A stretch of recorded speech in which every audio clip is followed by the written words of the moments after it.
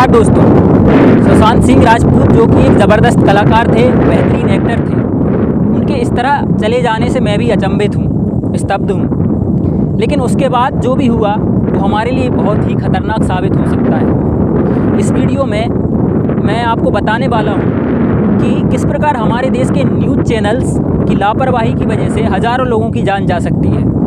Number 2, हमारे देश में मानसिक रोगों और आत्महत्याओं की स्थिति और कुछ आंकड़े। नंबर 3, सरकार की मानसिक रोगों को लेकर विफलता।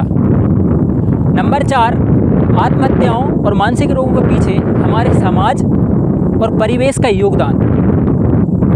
नंबर 5, सुझाव, समाधान और हेल्पलाइन नंबर। अमेरिका में एक रिसर्च प्रकाशित हुई 2018 में। 2011 से लेकर 2014 के बीच 13 अखबारों में छपी 17,000 रिपोर्ट्स का अध्ययन हुआ जिनमें आत्महत्याओं का जिक्र था। 6,367 रिपोर्ट्स में आत्महत्या को प्रमुखता से चर्चा में लिया गया था। इस दौरान टोरंटो में 950 लोगों ने आत्महत्या की। इसी रिसर्च में पाया गया कि 2014 में रॉबिन विलियम्स की आत्महत्या को बड़ा कवरेज मिला। रॉबिन विलियम्स अमेरिका के मशहूर अभिनेता और कॉमेडियन थे। उसके बाद अगले 4 महीने में अमेरिका में आत्महत्या की दर 10% बढ़ गई। इस तरह की रिसर्च हमारे देश में ना के बराबर होती हैं, नहीं तो हमें पता होता कि आत्महत्याओं के पीछे किसका कितना हाथ होता है। लेकिन प्रेस काउंसिल ऑफ इंडिया ने सितंबर 2019 में आत्महत्याओं की कवरेज के लिए गाइडलाइन बनाई, जो कि WHO की गाइडलाइन पर आधारित है। इस गाइडलाइन के अनुसार आत्महत्या की खबरों को प्रमुखता से ना दिखाया जाए, सनसनी भाषा का इस्तेमाल ना हो, हेडलाइन ना बने, घटना स्थल की विस्तृत जानकारी ना दी जाए, फ़ोटो या वीडियो का इस्तेमाल ना किया जाए। ऐसा इसलिए क्योंकि मानसिक रोग से पीड़ित व्यक्ति जिसके जहन में बार बार आत्महत्या करने का ख्याल आ रहा है, वो जब सनसनीखेज और विस्तृत जानकारी युक्त आत्महत्या की खबर देखता है या पढ़ता है तो ये खबर उसे अपने आप को मारने के लिए मोटिवेट करती है। उसके लिए ये सब मोटिवेशन का काम करता है। इसलिए प्रेस काउंसिल ऑफ इंडिया ने ये गाइडलाइन जारी की। लेकिन सुशांत सिंह राजपूत की आत्महत्या के बाद हमारे देश के न्यूज़ चैनलों ने इस गाइडलाइन को ताक में रखकर कवरेज की। घंटों तक ये कवरेज किया गया। उसकी पूरी विस्तृत जानकारी भी दी गई। बाकायदा बताया गया कि हरे रंग के पर्दे का फंदा बनाकर पंखे से लटक कर आत्महत्या की गई। ये सब बताना गाइडलाइन के हिसाब से वर्जित था। उसके बावजूद भी हमारे देश के टीवी चैनलों ने बाकायदा इस तरीके की कवरेज की। जिस तरह की भाषा और लहजे में बताया गया वो बहुत ही असंवेदनशील और अमानवीय थी। जैसे ऐसे कैसे हेड विकेट हो गए सुशांत सिंह, अपने बेडरूम में हरे रंग के कपड़े से बनाया फंदा, पटना का सुशांत मुंबई में फेल क्यों, स्क्रीन पर रोल मॉडल, असल ज़िंदगी में कमज़ोर। मुझे समझ नहीं आता कि ये लोग खबर दिखा रहे थे या मरने वाले पर तंज कस रहे थे। ये किस प्रकार की भाषा होती है? बिल्कुल अमानवीय और गैर जिम्मेदाराना ये इस तरह की भाषा होती है जो सुशांत सिंह राजपूत की मौत के बाद हमारे देश के टीवी चैनलों ने इस्तेमाल की। कुछ ही देर में सुशांत सिंह राजपूत की डेड बॉडी की तस्वीरें सोशल मीडिया पर वायरल होने लगीं, जो कि हमारे देश की संस्कृति को शर्मसार करती नज़र आती है। मान लीजिए मैं अपनी ज़िंदगी से बहुत ही ज़्यादा परेशान हूँ और आत्महत्या करना चाहता हूँ, लेकिन किसी प्रकार से अपने आप को रोकता हूँ और तभी मैं टीवी पर देखता हूँ कि किसी ने पर्दे का फंदा बनाकर पंखे से लटक कर अपनी जान दे दी। फिर मैंने अपना मोबाइल उठाया, फेसबुक स्क्रॉल किया तो एक पोस्ट में लिखा और मैंने पढ़ा कि ज़िंदगी आसान नहीं होती। उस व्यक्ति के पास दौलत थी, शोहरत थी, किसी बात की कमी नहीं थी, फिर भी उसने आत्महत्या कर ली। मैंने बड़ी मुश्किल से अपने आप को समझाया था कि आत्महत्या नहीं करूंगा, लेकिन ये सब देखने और सुनने के बाद मैं सोचूंगा कि यार, जब ये व्यक्ति जिसके पास कोई चीज़ की कमी नहीं थी फिर भी चला गया तो मेरे पास तो कुछ भी नहीं है और मैं शायद उससे ज़्यादा परेशान हूँ। फिर मैंने भी पर्दे का फंदा बनाया और पंखे से जाके लटक गया और ये तरीका मुझे बताया टीवी ने। भारत में हर घंटे लगभग 15 लोग आत्महत्या करते हैं और हर रोज़ लगभग 369 लोग अपने आप की जान ले लेते हैं। 2018 में भारत में 1,34,516 लोगों ने सुसाइड की और हर साल यह संख्या बढ़ रही है। नेशनल क्राइम रिपोर्ट ब्यूरो के अनुसार प्रति 10 लाख लोगों में 1978 में 63 लोग आत्महत्या करते थे, जो कि 2015 में बढ़कर 106 हो गई। WHO के अनुसार प्रति 10 लाख लोगों में भारत में 165 लोग आत्महत्या करते हैं। जो आत्महत्या करने वालों को कायर कहते हैं, एक आंकड़ा उनके लिए भी है।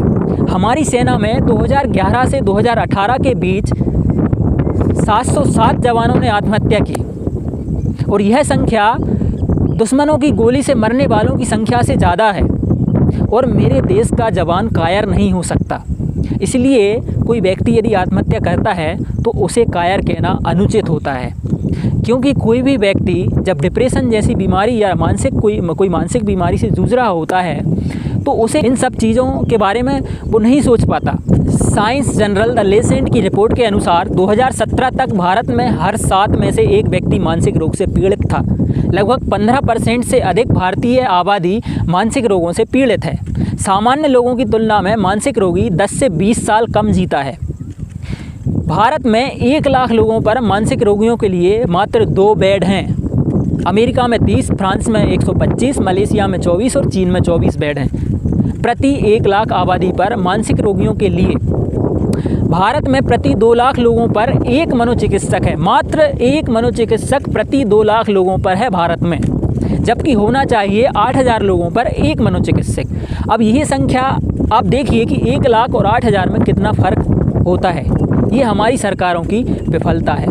हमारे देश में 20 करोड़ के आसपास लोग मानसिक बीमारियों से जूझ रहे हैं, लेकिन फिर भी ये मुद्दा चुनावी मुद्दा नहीं बन पाता। सरकारें कभी भी इस ओर ध्यान नहीं देती। इसका अंदाज़ा इस बात से लगाया जा सकता है कि 2018-19 के बजट में मानसिक रोगों के लिए सिर्फ 50 करोड़ का बजट रखा गया था, और 2019-20 के बजट में घटाकर इसे 40 करोड़ कर दिया गया था। हमारे देश में नेशनल मेंटल हेल्थ सर्वे के अनुसार 2015-16 में हुआ था, जो कि देश में 9000 साइकेट्रिस्ट हैं, 9000 मानसिक मनोचिकित्सक हैं, जबकि 36,000 साइकेट्रिस्ट की आवश्यकता है हमारे देश में, और मात्र 9000। देश में मानसिक रोगों का इलाज बहुत महंगा है, इसलिए हर कोई इलाज नहीं करवा पाता। हमारे देश में बहुत लोग चुपचाप मानसिक रोगों को झेलते हैं। इसके 2 कारण हैं। पहला महंगा इलाज, और दूसरा मजाक उड़ना। इंडियन साइकेट्रिक सोसाइटी के अनुसार कोविड-19 के दौर में भारत में 20% मानसिक बीमारियां बढ़ गईं, लेकिन केरल के अलावा कोई भी सरकार इस बारे में बात नहीं करती। भारत में केरल ही एकमात्र राज्य है जहां कोरोना वायरस के दौर में मानसिक स्वास्थ्य पर ध्यान दिया जा रहा है, बाकी कहीं नहीं। केरल में 4 लाख से अधिक लोगों को मानसिक सलाह दी जा चुकी है। आत्महत्याओं के पीछे हमारे समाज और परिवेश का भी बहुत बड़ा योगदान होता है। राष्ट्रीय अपराध शाखा ब्यूरो की रिपोर्ट के अनुसार भारत में 30% आत्महत्याएं पारिवारिक कलह की वजह से होती हैं। हमारे यहाँ यदि किसी को मानसिक रोग हो जाता है तो इसे बदनामी समझा जाता है। मानसिक रोग से पीड़ित मरीज को छुपा कर रखा जाता है। यदि कोई हिम्मत करके डॉक्टर को दिखाने जाता है तो उसे डर होता है कि कहीं कोई देख ना ले। बहुत से लोग तो स्वीकार ही नहीं करते कि उनके परिवार के किसी सदस्य को मानसिक रोग हो चुका है। नहीं पता मुझे ये स्थिति कैसे बनती है, लेकिन ये स्थिति और इस तरह का परिवेश मानसिक रोगी की मौत का कारण बन जाता है। मानसिक रोगियों को लोग चिढ़ाते हैं, उनकी हंसी उड़ाते हैं, जिससे वो और निराश हो जाते हैं, हताश हो जाते हैं, फिर आत्महत्या जैसे कदम उठा लेते हैं। जबकि इस स्थिति में हमें मरीज़ को समझना चाहिए, उसकी परेशानियों का हल ढूंढना चाहिए। उसे ऐसा नहीं लगना चाहिए कि वो अकेला है, क्योंकि इस स्थिति में मानसिक रोगी को हमारे साथ की आवश्यकता होती है।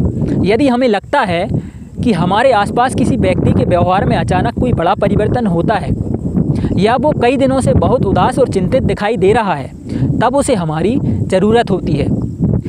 इससे पहले कि वो व्यक्ति डिप्रेशन के दलदल में धंसता चला जाए, हमें उसे रोकना होगा और समस्या का समाधान करना होगा। हमें बेझिझक मनोचिकित्सक को दिखाना चाहिए, क्योंकि मानसिक रोग भी अन्य बीमारियों की तरह ही है। इसमें कोई बदनामी वाली बात नहीं होती। हमें इसके प्रति नज़रिया बदलने की आवश्यकता है, नहीं तो मानसिक रोग हमारे लिए बहुत बड़ी चुनौती बन जाएंगे। यदि आप अच्छा फील नहीं कर रहे हो और अपने आप से बेहद नफरत करने लगे हो, आत्महत्या करने का बार बार मूड हो रहा है, बार बार अपने आप को ख़त्म करने का मन हो रहा है, तो फिर आप कुछ हेल्पलाइन नंबर हैं जिन पर कॉल करके मदद ले सकते हैं। पंजाब, झारखंड, छत्तीसगढ़, असम, कर्नाटक, तमिलनाडु और उड़ीसा के लिए आप 104 पर कॉल करके सलाह ले सकते हैं।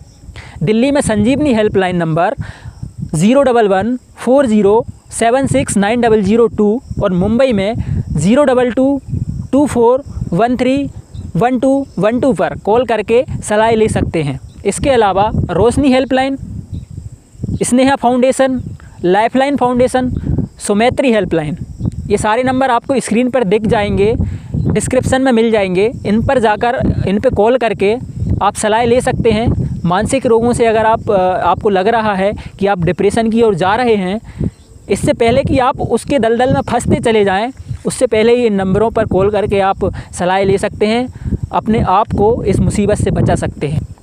Thank you so much. जय हिंद।